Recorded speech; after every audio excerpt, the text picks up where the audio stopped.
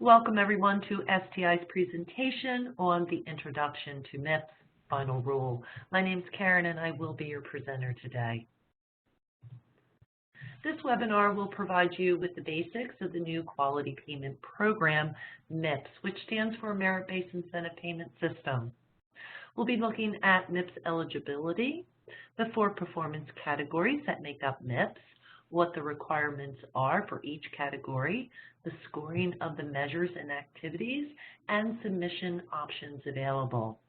We'll be also covering MIPS payment adjustments, and I'll provide you with some additional resources that will help you along with MIPS. Now, just to give you a quick background as to the origin of MIPS, it was introduced through MACRA, which stands for Medicare Access and CHIP Reauthorization Act, which is the law that was signed on April 16th of 2015.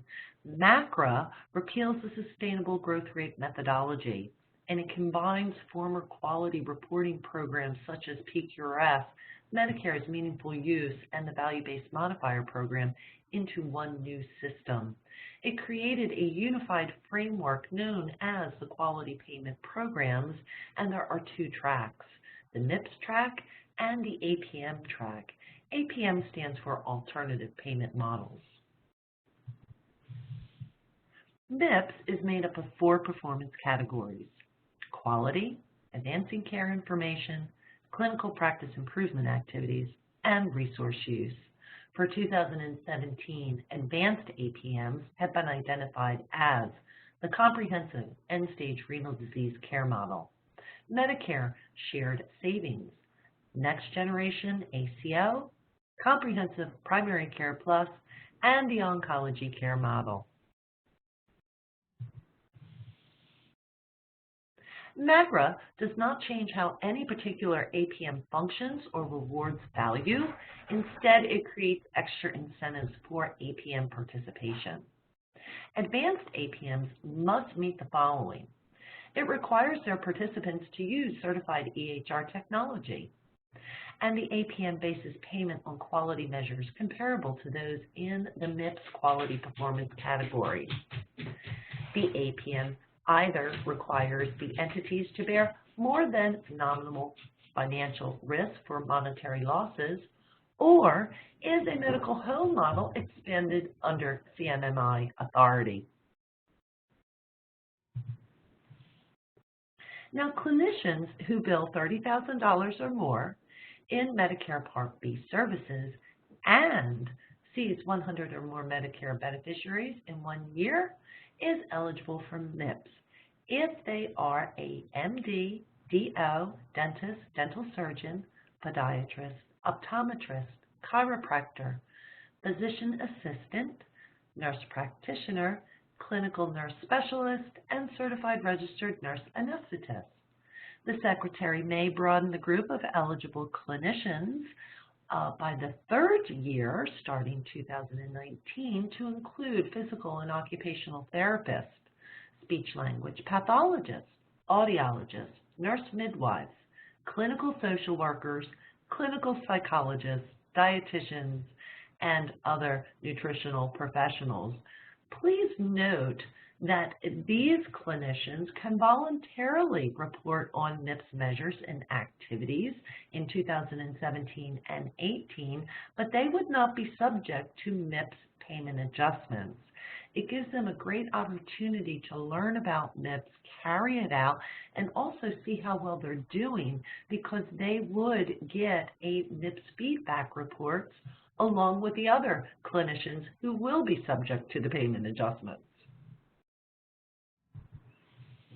There are 3 groups of eligible clinicians who will not be subject to MIPS, and that is if it is your first year of Medicare participation. So if you're newly enrolled in 2017, you would then be deferred until 2018 to start reporting on MIPS measures and activities. If you are an eligible clinician participating in an APM and you qualify for the bonus payment, you would not then be subject to MIPS payment adjustments. And last is participants who fall below the low volume threshold, which is defined as Medicare Part B billing charges less than or equal to $30,000, or you provide care to 100 or fewer Medicare patients in 1 year. Now note that MIPS does not apply towards your hospital or facility charges. You can report as an individual or as a group. The individual provider will be identified using the combination of their billing TIN and MPI. And the group is 2 or more eligible clinicians identified by their MPI who have reassigned their billing rights to a single TIN.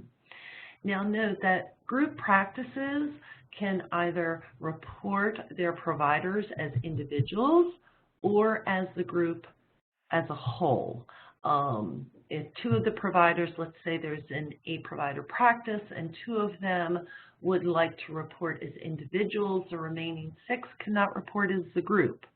So either all 8 of them would report as individual providers, or all 8 of them are reported as the group. So just so we're clear there.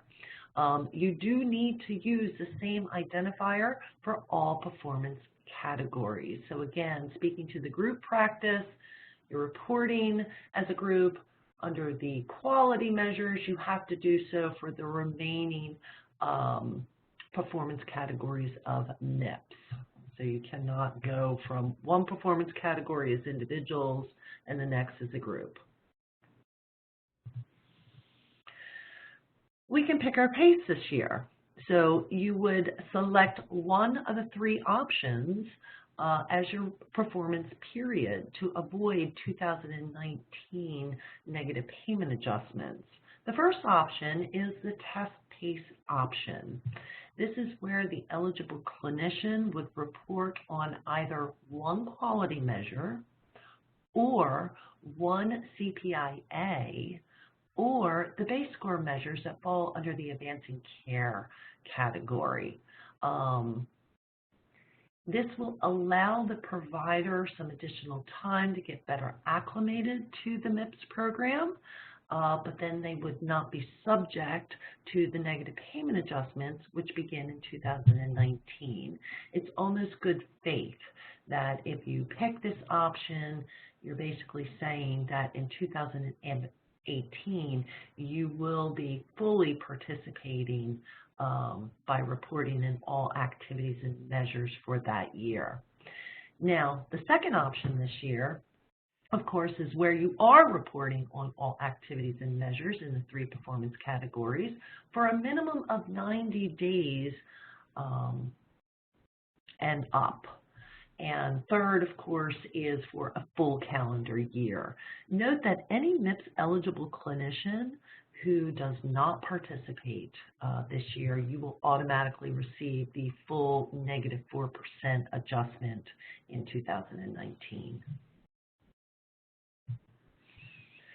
Several data submission options available to report your measures and activities through. Note that all performance data is due by March 30th of 2018. For larger groups of 25 or more, you can elect to submit data through the CMS web interface. And if you choose this option, you need to register as a group by June 30th of this year. Take note to how the resource use category, no unique submission mechanism here. CMS collects that data on the cost measures through the claims that you submit. Again, you can only use one mechanism per category. So now we're going to be looking at the requirements, scoring, and data submission options that are available for each one of the MIPS performance categories. And we're going to start with quality. The quality performance category is replacing the former PQRS program. For most MIPS eligible clinicians, it will be worth 60% of your composite score. There are some MIPS eligible clinicians that will have their ACI related to 0, and therefore that 25% from the ACI will be added to your quality performance category, making it 85% of your composite score. The clinician will have to report on 6 quality measures. One of those 6 measures must be an outcome or intermediate outcome measure. If an outcome measure is not available for your specialty, then you would need to select one high priority measure, which is defined as appropriate use, patient experience, patient safety, efficiency, or care coordination. And again, we are reporting on a minimum of 90 days. There are bonus points available under this category. If you report additional outcome measures and high priority measures, you can get some bonus points. For the larger groups using the CMS web interface, you would need to report 15 quality measures for the full calendar year.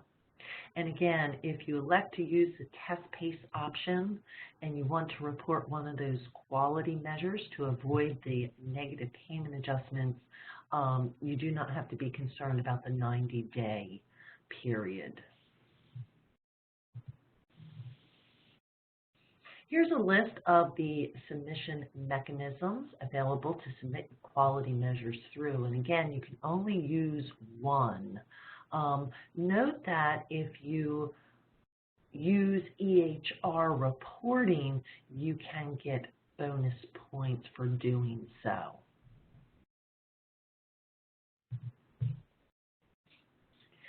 So the clinician will automatically receive 3 points for submitting a quality measure. If a measure can be reliably scored, then the clinician can receive anywhere between 3 and 10 points per measure. And what I mean by reliably scored is that there is a benchmark for the quality measure, and that you have reported sufficient case volume, which is 20 cases within your performance period for that quality measure, and that you have met the data completeness, which is at 50%. So each one of your quality measures, based on the numerator and the denominator, factoring in the benchmarks, get converted over to usable points on a scale from 3 to 10. You will receive 0 points for any measure that's not reported. And of course, you want to add in the bonus points for additional outcome and high priority measures. For the outcome measures, you're looking at 2 points per measure, and an additional high priority would yield 1 bonus point per measure. And for EHR reporting, that is 1 bonus point per measure that is submitted through EHR reporting. So you add all those up to give you your total points. Now the total points is then divided by the total possible points, which is 60 or 70, and I'll explain why there's a difference there. The sum of that is then times by the category weight. Again, for most MIPS eligible clinicians, that is 60%. For those who will have their ACI related to 0, their category weight for this performance category is then 85%. You take that sum and you times it by 100, and that gives you your quality performance score. Now, the difference between the maximum number of points lies with the all-cause readmission measure. And only groups of 16 or more eligible clinicians who have beneficiaries attributed to them and meet the minimum case requirement, which for this measure is 200 cases in your performance period, will be scored on this measure. You do not have to worry about any unique data submission codes or mechanisms, CMS collects this data through the claims that are submitted. And to define this measure, it is risk standardized readmission rate for a beneficiary ages 65 or older who were hospitalized at a short stay acute care hospital and experienced an unplanned readmission for any cause to an acute care hospital within 30 days of discharge.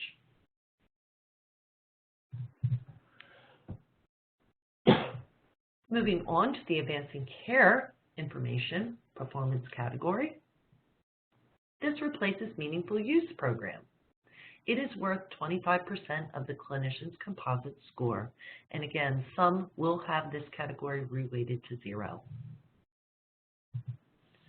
The advancing care information is broken down into base measures, which are protect patient health information. Here you're going to be running a security risk analysis, electronic prescribing, provide patient access, and health information exchange.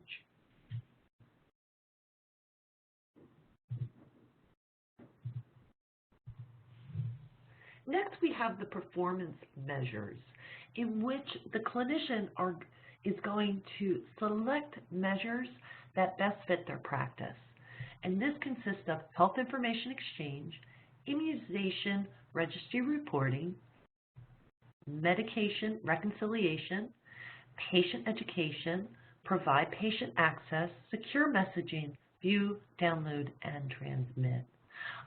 Just like the quality performance category, the ACI does offer you the ability to earn bonus points through public health registry reporting and some of the clinical practice improvement activities. And again, you want to be reporting on a minimum of 90 continuous days, but if you elect the test pace and you don't submit a quality measure, you can submit at least the base measures within this category to avoid the 2019 payment adjustments or negative payment adjustments.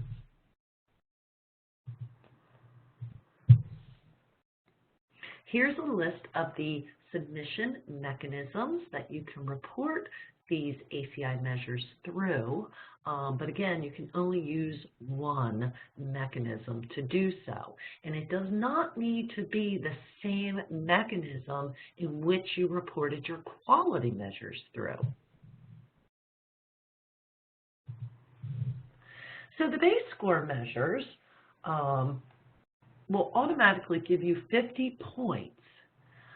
You must run and do a security risk analysis within your performance period. Failure to do so, you would get 0 points for this category. So you have to do that. That must be fulfilled within the performance category. The remaining measures, the e-prescribing, provide patient access, and health information exchange, you have to at least have one in the numerator. There is no threshold here as there was with meaningful use, meeting a certain goal. You just have to have one in the numerator to show that you have completed and carried out that measure at least one time. In doing all 4 measures, you will receive 50 points. In satisfying the base score measures, you can then begin to look at the measures that fall under the performance measures and pick the ones that best fit your practice. You don't have to carry them all out, those measures that fall under performance. Pick the ones that best suit your practice. Now, each measure, each performance measure can yield up to 10 points each, except provide patient access and health information exchange. Both of those measures,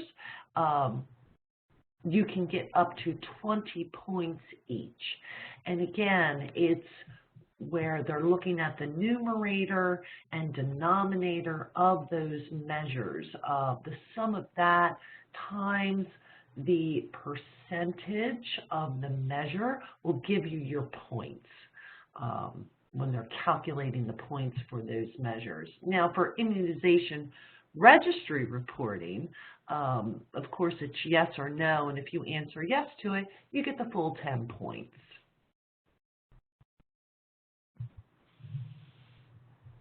The bonus points.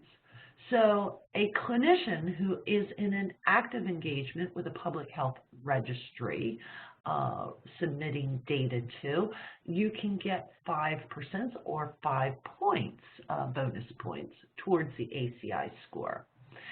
And overall, the clinical practice improvement activities, there's about 90 plus activities, but 18 of those activities will yield you bonus points within the ACI category, and you can get 10 points for doing so. And as long as you report on one, you'll get those 10 points. So again, we're going to take the base score measure points, which is 50 points, add any points you received through the performance measures, and of course your bonus points, you add that up. You will be capped at 100 points. You take your total points, divide it by the total possible points, which is 100. The sum of that is then divided by the category weight, which is 25%, and the sum of that is then times by 100 to give you your total score for the ACI category. Now, as I mentioned, there is some flexibility, and clinicians could have this category related to 0. CMS will automatically reweight the ACI performance category to 0 for hospital-based clinicians, non-patient-facing clinicians, nurse practitioners, physician assistants, certified registered nurse anesthetists, and clinical nurse specialists. These clinicians, it is optional if you report on the ACI measures.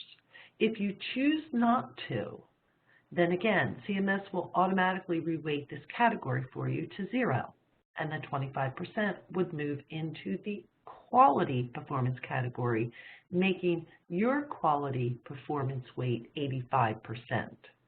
However, if these clinicians choose to report on the ACI measures, you will be scored just like all other MIPS eligible clinicians. So to define hospital base, it's 75% or more of Medicare services performed in the inpatient, on-campus, outpatient department, or emergency department. For a non-patient-facing physician, the individual provider, it is defined as 100 or less patients facing encounters within 1 year. And for the group practice, it's less than 75% of NPIs billing under the groups TIN are labeled as non-patient facing. The other way that you can have this category related to 0 is that the clinician applies to have this performance category reweighted for the following reasons. 1, insufficient internet connectivity. Another reason would be extreme or uncontrollable circumstances. And the third reason would be a lack of control over the availability of your certified technology. So again, you're applying for almost a hardship to have the ACI reweighted to 0. The other is where CMS are looking at very unique MIPS clinicians, and they will automatically reweight it if those clinicians I've mentioned do not submit any ACI measures. Moving on to the clinical practice improvement activities. Now this is new on a national level. There is no former program that we can compare it to. It will make up the clinician's composite score, 15% of it. These activities speak to the practice at the practice level. You would certainly choose activities that are going to best fit your practice, and you want to carry them out for a minimum of 90 days. Activities under this performance category are weighted as high or medium, and there is 14 total high-weighted activities and 79 weighted activities. The total maximum points for this performance category is 40 points, and that would yield you the full credit of 15%.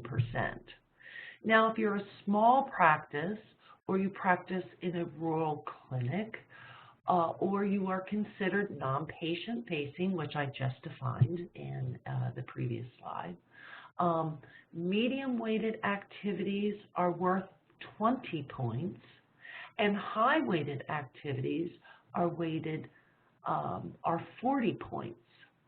Now for group practices of 15 or more, medium weighted activities are only worth 10 points, and a high weighted activity is 20 points. So for that small practice, if you carry out 2 medium weight activities, that brings you to 40 points. You get the full 15% towards your composite score. And of course, for a group, you would actually have to carry out 4 medium weighted or 2 high weighted to reach the maximum number of points of 40. Now, if you are a patient-centered medical home, you automatically receive full credit for this category. And other APMs will receive half a credit. However, they can report on additional activities to receive full credit. So again, various data submission mechanisms to choose to report your CPIA activity through. And again, you're only reporting yes or no. Yes, if you've done it, you must do it, carry it out for a minimum of 90 days. And these are the same options that we saw in the ACI.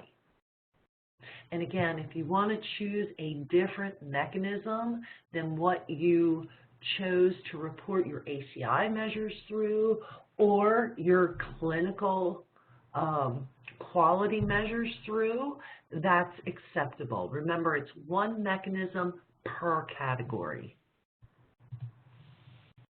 So again, you take your total points, divided by the total possible points, you take that sum, times it by the category weight of 15%, then times that by 100, and that will give you your total score for the clinical practice improvement activity. Moving on to the resource use. This is the fourth performance category of MIPS. Oftentimes it's referred to as the cost category because it replaces the cost component of the value-based modifier program. Now these cost measures will be scored, and you will see them reflected in your feedback reports, but this performance category will have no impact on your composite score this year. But take note, as we move and advance in the years, the resource use category will have an impact on your composite score. So for the performance year of 2018, payment year would then be 2020, the category weight is 10%. And then it jumps up to 30% for performance year 2019, payment year 2021. The cost measures that are used in MIPS aim to measure how a particular clinician or group impacts the patient's cost, both directly and indirectly. CMS has aimed to design the program that encourages more consideration of the cost of care associated with the patients even after other clinicians become involved. So the measures require that clinicians who are most significantly responsible for their care, as measured by Medicare allowed amounts, assume accountability for it. The measures that are being taken into consideration for this year is the total cost per capita measure, the Medicare spending per beneficiary, or the MSPB, and episode-based measures. Now, there's going to be 10 out of the 41 episode-based measures that CMS will collect the data, again, through claims.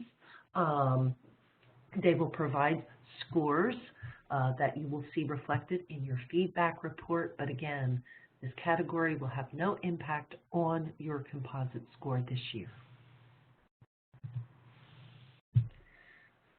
So, the composite score and the payment adjustments.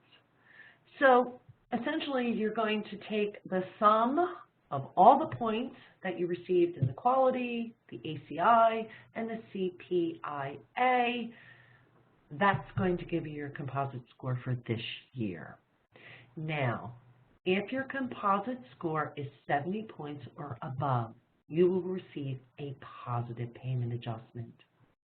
You would also be eligible for the exceptional performance bonus payment.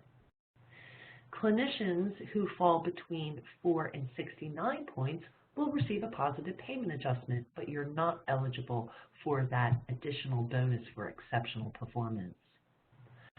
A clinician who receives 3 points will receive a neutral payment adjustment, and this speaks to those who elect to do the test pace and the report on that one quality measure to avoid the negative. This is how it's achieved, because again, clinicians are going to receive at least 3 points per quality measure that they report. So by reporting one, you at least get 3 points.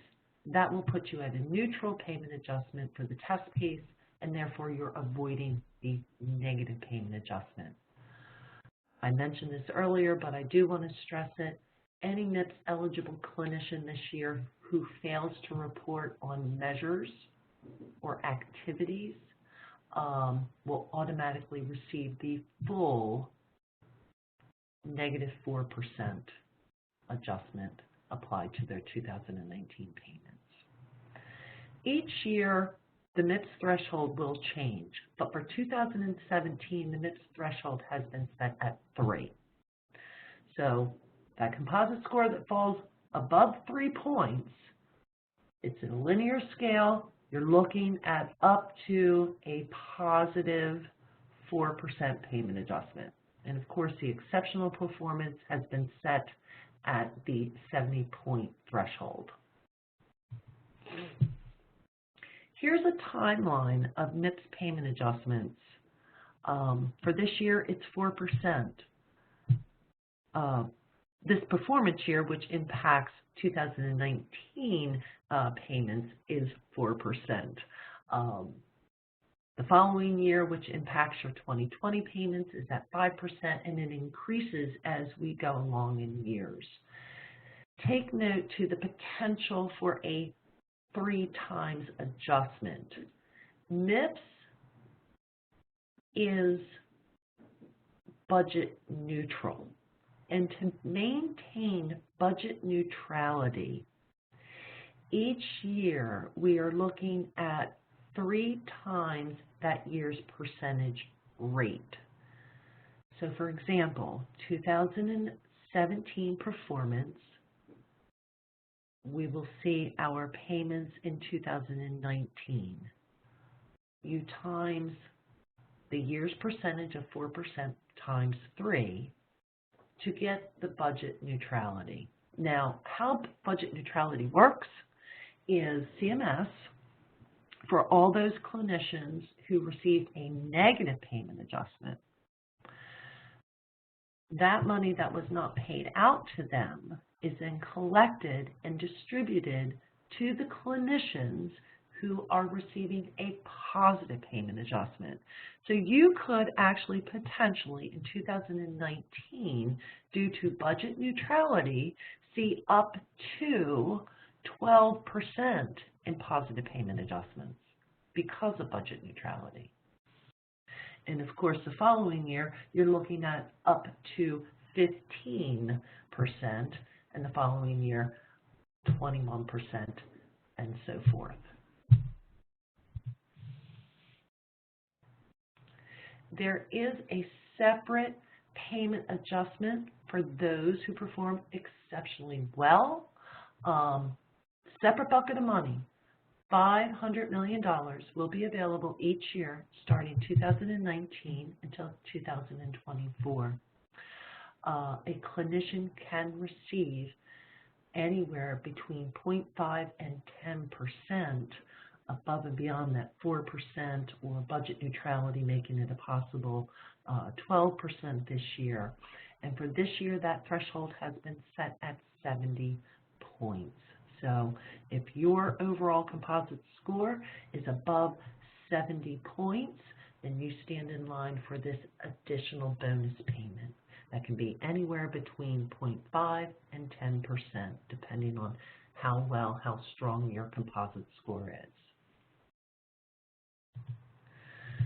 Okay, and finally, I'm going to provide you with some additional resources to help you understanding MIPS, navigating through this new quality payment program. And I'd like to start with CMS website for the new quality payment program. If you log in at qpp.cms.gov, you'll find when you click on Education and Tools, they have wonderful resources there, providing you with the specification fact sheets for quality measures. There's a document on the benchmarks for those quality measures, as well as more information on ACIs. So please spend some time under that tab for Education and Tools. You can access the final rule here, the executive summary, just a wealth of information that falls under that tab. Now, if you click on Explore Measures, you will find that there's a tab for the quality measures. That allows you to filter quality measures by keyword searches, or if you're interested in measures by the data mechanism that you can use, you can certainly filter by that. And you'll note that there's a measure specialty set filter as well. The measure specialty set, you're going to find the same measures in the individual list. However, they've been categorized per specialty. Now, there's not all specialties available, but many are there. It kind of helps filter out. But again, you want to reference to the specification fact sheet to make sure that that quality measure really speaks to you and your specialty, and one in which you're going to perform well in. You do have the tab for advancing care information, and when you click on it, you're going to see two tabs. The reason there are two is because of the technology, your EHR technology, what ONC certification it is. For ChartMaker, you want to click on the transition measures, and that's what I reflected earlier in our webinar. And last, of course, are those clinical practice improvement activities. So again, they're going to list all 90 plus of those practice activities for you to review and decide which ones you're going to carry out.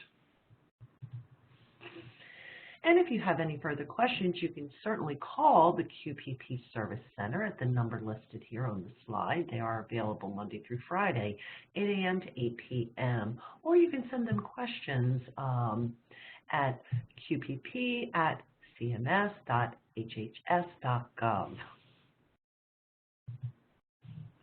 You can also log into STI's website under Resources. Click on the MIPS tab. There we have a variety of documents as well as previous webinars that we've done on MIPS, both the PowerPoint presentations and recorded versions of those webinars.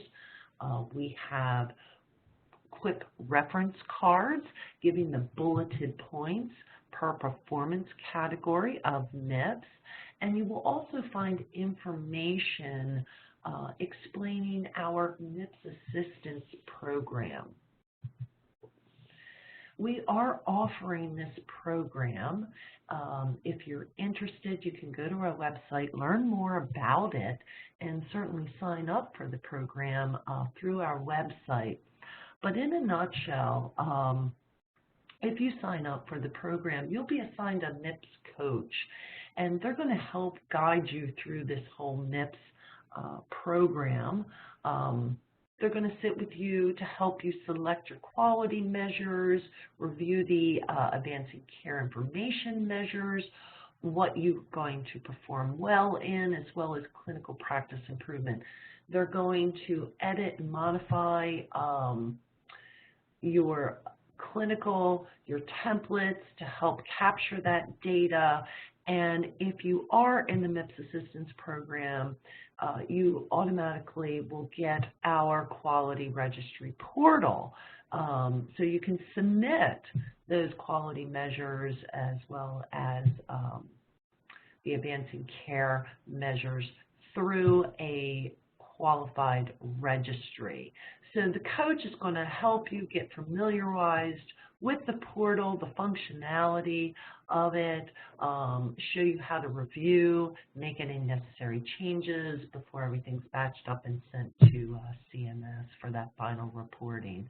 They'll be providing calls throughout the year to help answer any questions you have and certainly monitor your progress.